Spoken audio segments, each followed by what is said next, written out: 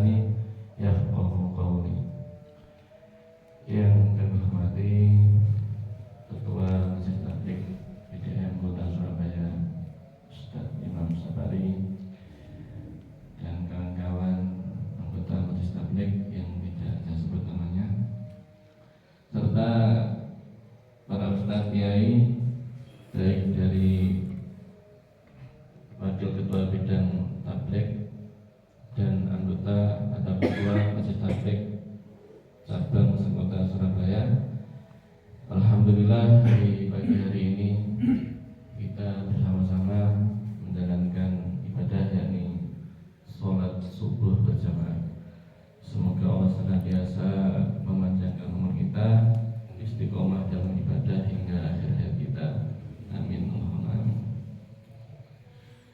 Mohon maaf ini para senior, ini saya ini junior. Diberi tugas depan nih sama ketua yang sudah mantap. Para ustaz, para yai yang kami hormati, saya masih ingat ketika waktu kuliah dulu. Jadi dosen saya itu mengatakan bahasanya kecerdasan manusia itu dibagi dua, yakni kecerdasan cair sama kecerdasan yang mengkristal. Ada kecerdasan seseorang itu ya, satu orang tuh, itu dia mempunyai kecerdasan yang cair atau mencair. Juga ada kecerdasan yang namanya kecerdasan mengkristal atau kristalis. Apa itu bedanya? Bedanya adalah kecerdasan yang cair itu adalah seseorang itu mampu menerima berbagai macam fan ilmu, cabang ilmu A, B, C, D, matematika, bahasa, biologi, ilmu alam, ilmu hitung dan sebagainya.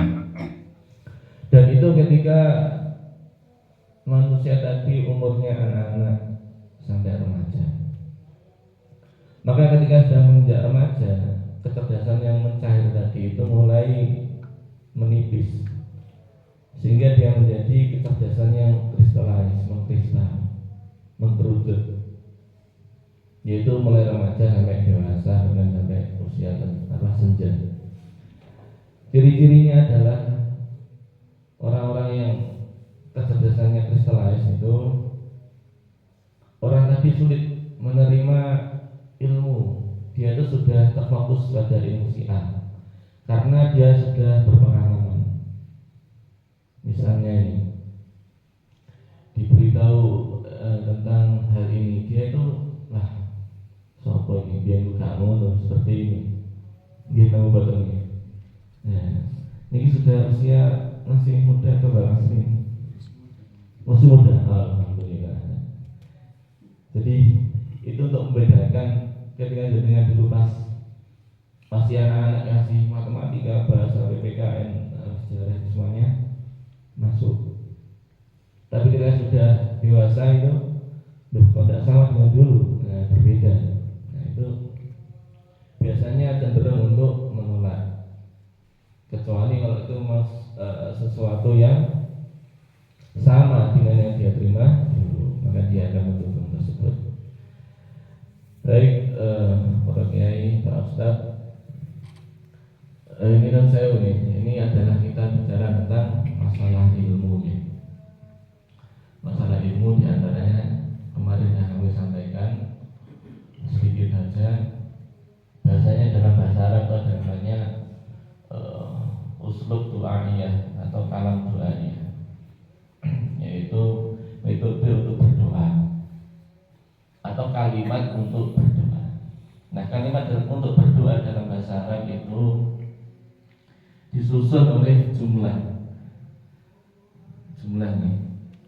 Ada jumlah kita ada dua, yaitu jumlah ismiyah sama fi'liyah. Jumlah ismiyah itu terdiri dari mubtada khabar, sedangkan jumlah fi'liyah terdiri dari fi'il dan fa'il. Nah, biasanya ada jumlah ismiyah dan jumlah fi'liyah. Contoh jumlah ismiyah itu jenengan kalau berjumpa dengan teman ada hadis, "Idza laqitahu fasallim alaihi." Ketika engkau bertemu dengan saudaramu maka ucapkan salam kepadanya. Jadi bentuk salam assalamualaikum itu adalah jumlah ismiyah. Dan doa ismiyah karena dimaksudkan untuk berdoa. Assalamu, semoga keselamatan alaikum atas kalian.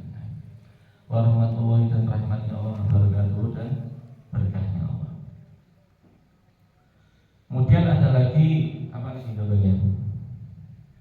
Selain assalamualaikum. Wallahul muwaffiq ila aqwamit thariq. Itu juga doa ismiyah ya, ismiyah. Jumlah ismiyah. Kemudian ada jumlah fi'liyah. Contoh jumlah fi'liyah adalah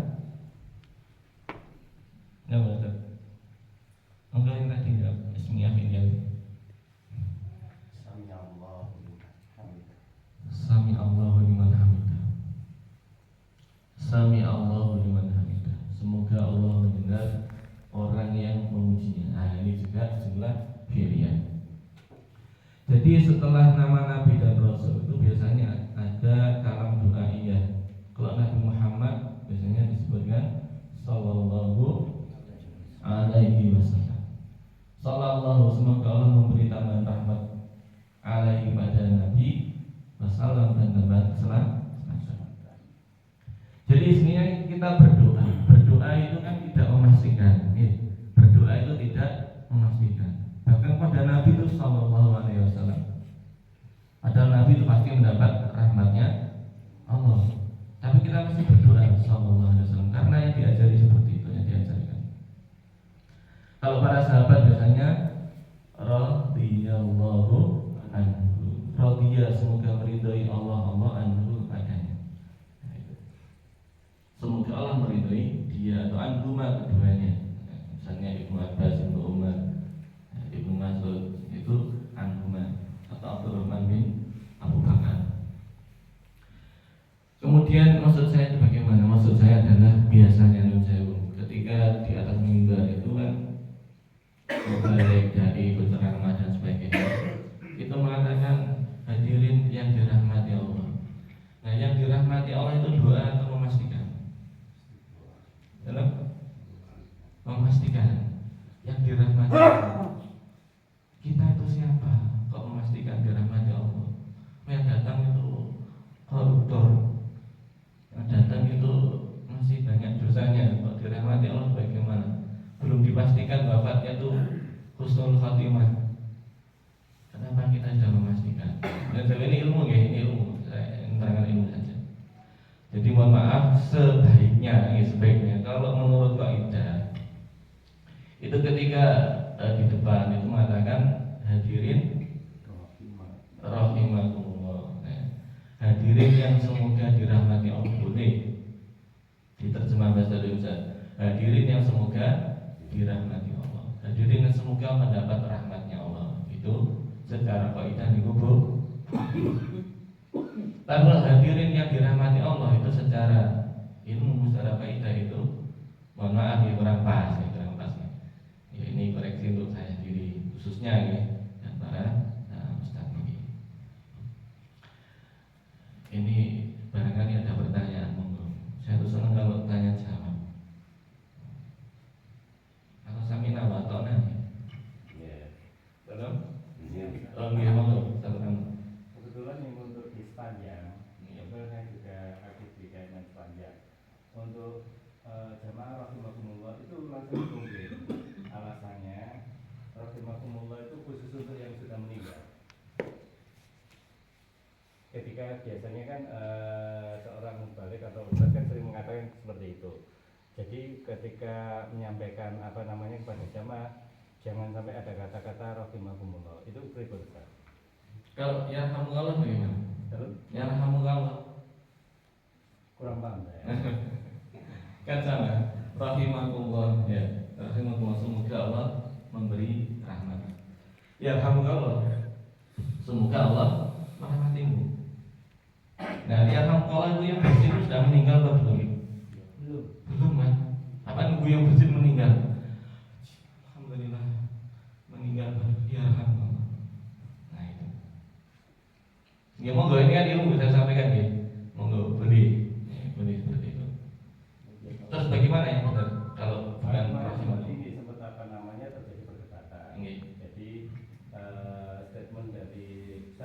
satu ustadz ditunggu dengan lima orang. Yang lain secara umum teman-teman KMN sepanjang kurang setuju. Cuman rotok rame gitu Ustaz. Nah, makanya karena saya terbatas ilmu mungkin yang sesuai dengan kaidah itu seperti apa? Apakah tetap nggak masalah seperti tadi contoh wahing ya kamu bawa dan lain sebagainya. Apa diganti ya kamu kamu? Lagi. Ya, jadi sama itu jumlahnya fi'liyah semuanya. Ya kamu bedanya rahimah itu fi'il mati, ya kamu itu fi'il mudhari'. Ya kamu kan. Monggo yang lain. Ya. Boleh Mas, monggo. Sampun itu. Mungkin nggak sama kayak yang ketika ada orang meninggal kan nggak dibolehkan bilang semoga husnul khotimah. Mungkin dari si makna itu ada pergeseran makna ya, bahwasanya itu yang dimaksud husnul khotimah itu bukan yang sudah mati saja, tapi ketika apakah nggak bukan yang dimaksud itu adalah pergeseran makna seperti itu. Baik. Oh ya, kalau meninggal itu malah terkenal apa? Almarhum. Bahkan ini dipakai oleh Nabi Sallallahu almarhum. Almarhum itu singkatan. Bagaimana? Allah yarham begitu, sehingga disingkat almarhum. Ya udah. Almarhum itu almarhum wazannya apa? Marhumun. Apa? Maf'ulun. Sifatnya isim maf'ul. Marhumun, almarhum yang disayangi. Tapi karena nggak disebutkan naibul fa'ilnya, maka yang menyayangi itu siapa? Karena nggak disebutkan, nggak jelas ya. Karena bentuknya itu mabni maf'ul atau isim maf'ul, maka ya bisa jadi yang menyayangi keluarganya. Oke lah, kalau orang Islam. Tapi dipakai orang non Islam itu gimana ya? Terserah mereka kan. Disayangi siapa? Tapi nanti buktinya di akhirat siapa yang Rahman dan Rahim gitu.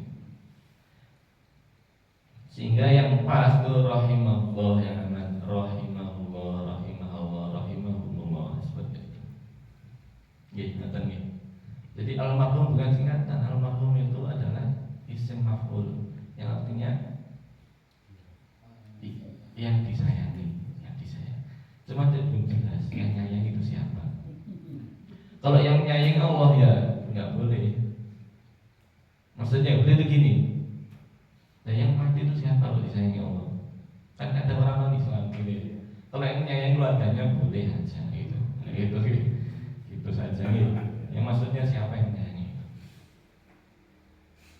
Itu yang pertama. Monggo yang lain.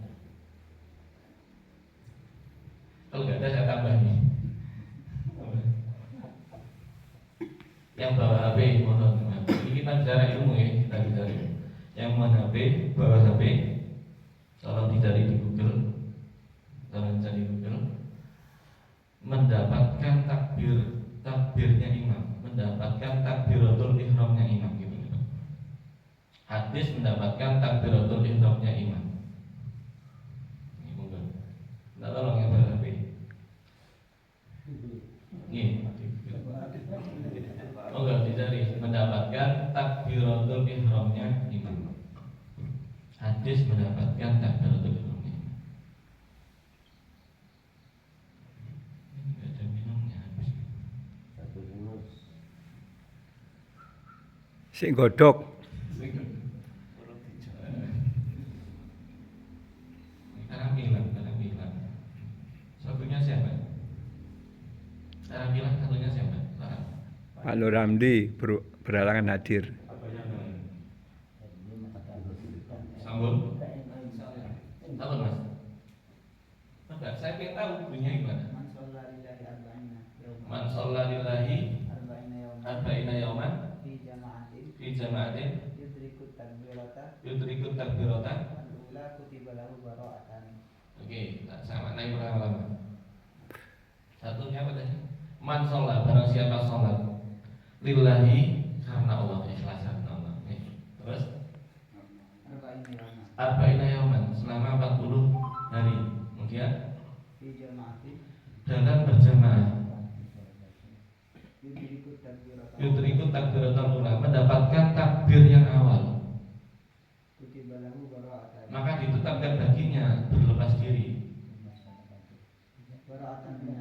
minan dari api neraka dan berlepas diri dari kemunafikan. Jadi barang siapa yang sholat karena Allah selama 40 hari mendapatkan takbir yang awal, yaitu takbiratul ihram. Kira-kira takbirnya siapa? Takbirnya imam. Maka dia berlepas diri, aman dari dua hal. Yang pertama adalah dari api neraka, yang kedua kemunafikan. Nah, ini prakteknya bagaimana? Itu hadisnya apa? Dhaif atau maudhu? Hasan boleh nggak jadikan hukum? Boleh. Depan saja mas, yang muda-muda maju ke depan. Monggo. Dua orang. Nah, yang muda, kita masih muda. Misalnya sana adalah apa? Kiblatnya, ini imam, makmum. Coba mendapat takbiratul ihramnya imam itu gimana? Monggo silakan.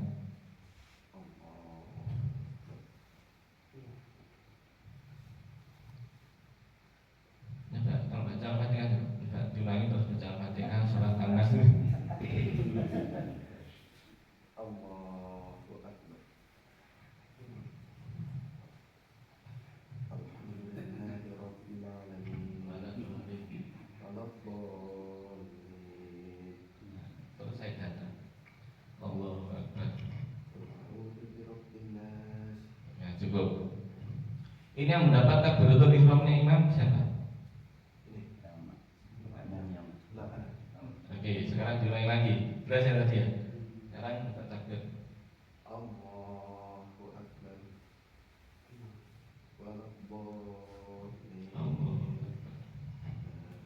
Cukup. Ini yang dapat takbirnya imam siapa? Enggak ada. Gimana ya lo boleh nggak? Ke depan ya, enggak ada. Monggo. Ini yang namanya. Monggo. Oh, dan ini praktek imam. Kan ngomong tidak itu punya jawaban. Praktek. Aku berdiri kalau monggo silakan. Ya, karena ini tadi kan sudah selesai, namun dalam praktek sholat jamaah itu kan harus mengikuti imam. Jadi jangan sampai mendahului imam. Mungkin yang dimaksud mendapatkan takbiratul ihram imam adalah ketika imam itu sudah selesai takbir, karena memang tidak boleh mendahului imam, maka makmum melaksanakan itu. Tapi kalau yang tadi itu kan dia tertinggal sudah membaca Al-Fatihah. Yang benar Pak. Allahu Akbar. Allahu Akbar. Dapat takbirnya ya? Selesai. Dapatnya dari mana? Dari tadi menunggu. Misalnya setelah komat saya sudah ada mas komat, beliau takbir, saya diem. Terus ketika baca Al-Fatihah, Alhamdulillahirabbil alamin, saya takbir. Ini dapat takbirnya imam enggak? Dapat? Kan sama, saya nunggu juga. Gitu nih. Oke, ini ilmu ya. Saya sampaikan enggak nih? Boleh enggak sampaikan? Boleh. Jadi dalam kitab Bulughul Maram itu hadis riwayat Bukhari Muslim kalau tidak salah. An Abi Hurairah radhiyallahu anhu, biasanya kalau Rasulullah SAW, al-imamu ju'ilal imamu liyutamma bihi. Imam itu dijadikan untuk diikuti. Idza kabbara fakabbiru wa la tukabbiru hatta yukabbiru. Jangan kamu takbir sampai imamnya takbir. Jadi nggak boleh mendahului imam. Baru ketika imamnya takbir, itu makmumnya takbir, itu mendapatkan takbiratul ihramnya imam.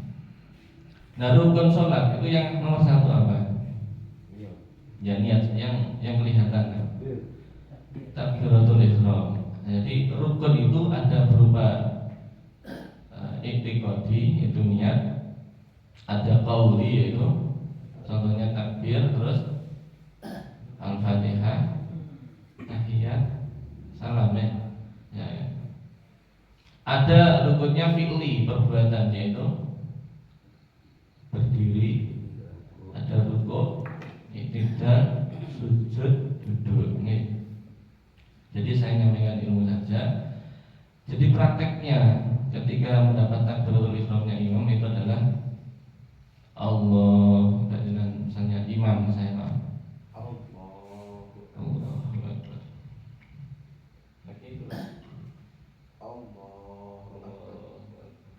Ini mendahului apa? bersama Hampir bersama atas saya nomor 2. Nomor 2. Allahu Akbar. Nututi ya. Itu arti. Dia kan tidak boleh bertakbir sebelum imamnya takbir. Ya, proses takbir itu kan Allahu Akbar itu prosesnya. Nah ini proses. Pemahaman itu bar dulu baru makmum mengikut. Iya. Ini sulitnya kalau imamnya lain. Kan ada imam seperti ini. Allah. Dari mana Allah? Dari ini yang sulit. Ya ada nggak? Ada. Jadi kalau secara ilmu tadi nih, saya nyampaikan ilmu saja. Kalau ditarjih itu ya Allah Akbar baru Allah Akbar ya. Ya saya nggak itu, maksudnya ini ilmu saja. Sama. Wala tarka'u warka'u warka'u bukan hadisnya tadi. Wa idza raka'a farka'u. Ketika imamnya rukuk, maka rukuklah. Wala tarka'u hatta yarka'a. Jangan kamu rukuk sampai imamnya rukuk. Coba prakteknya gimana kalau imam rukuk? Terus ikuti kan? Masih rukuk kan? Nah, berarti kan sama lagi. Masih Allah Akbar Akbar. Nah,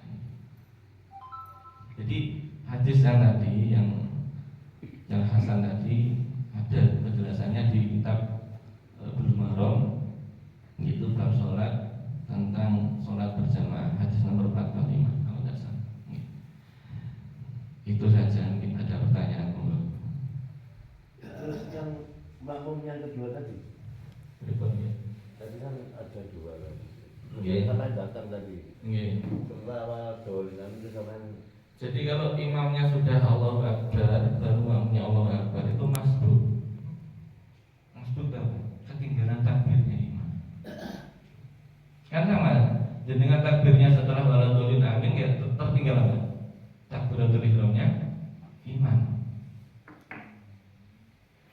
Sama rukuk ya, tertinggal. Ya tadi. Tapi masih dapat 1 rakaat. Kalau sudah melewati rukuk, sudah melewati 1 rakaat.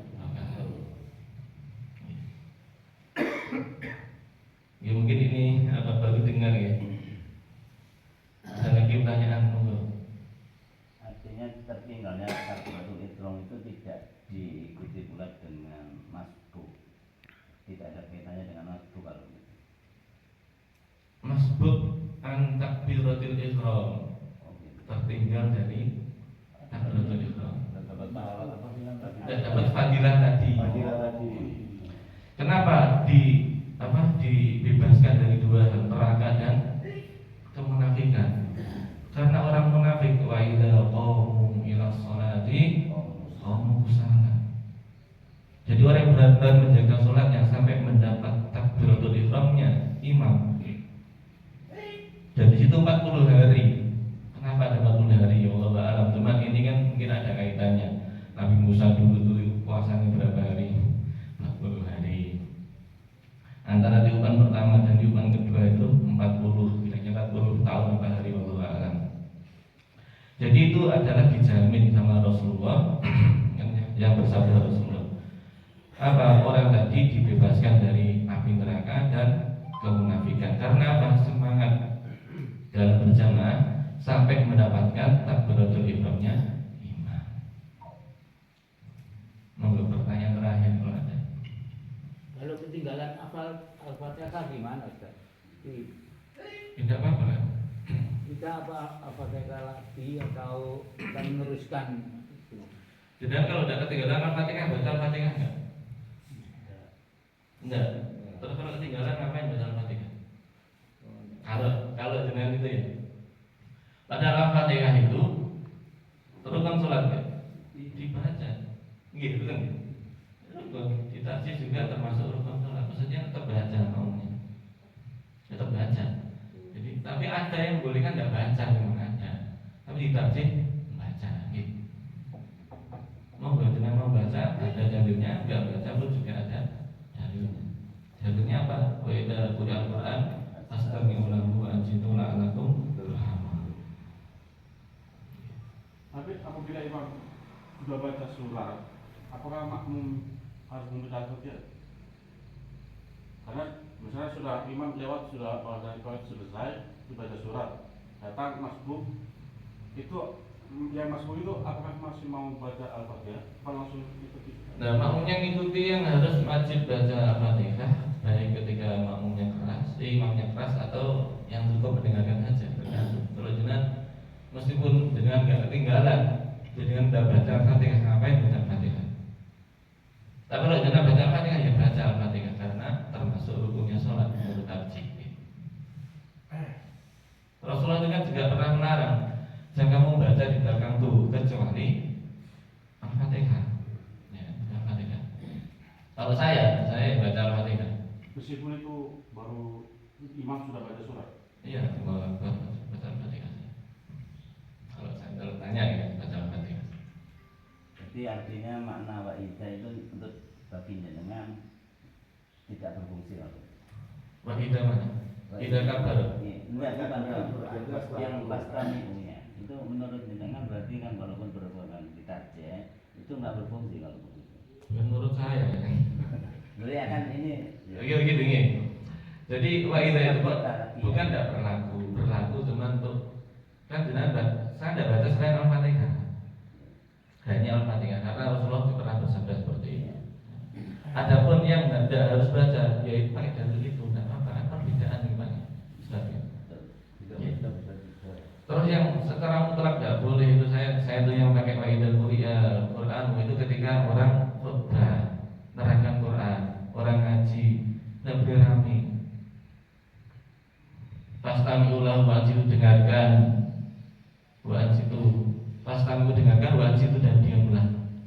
Itu supaya paham yang diucapkan. Karena ayat itu tafsirnya 3. 1, setiap orang baca Quran diam. Ya, memang kalau sebelum sholat biasanya kan ada bacaan Quran ya. Jangan pas di motor Quran madep, ya. Atau pas jual beli nyetel Quran madep, apa seperti itu? Enggak kan? Ya. Jadi ada 3 tafsirnya. 1, ketika orang baca Quran itu dengan dia. Yang kedua, ketika sholat jahar imamnya dengan dia mendengarkan saja. Nah itu ya. Yang ketiga, ketika ngaji menerangkan Quran, maka atau ketika khutbah kan sama dengan ceramah ya. Maka jamaahnya tidak boleh ngomong diam. Itu adalah tafsir dari ayat tersebut. Cukup. Oke, kurang lebihnya mohon maaf ini kita bahas ilmu ya. Nanti mungkin ada yang kurang boleh ditanyakan, diskusi lagi. Wallahu muwaffiq ila aqwamit thoriq bi fi sabilil haqq fastabiqul khairat. Wassalamualaikum warahmatullahi wabarakatuh.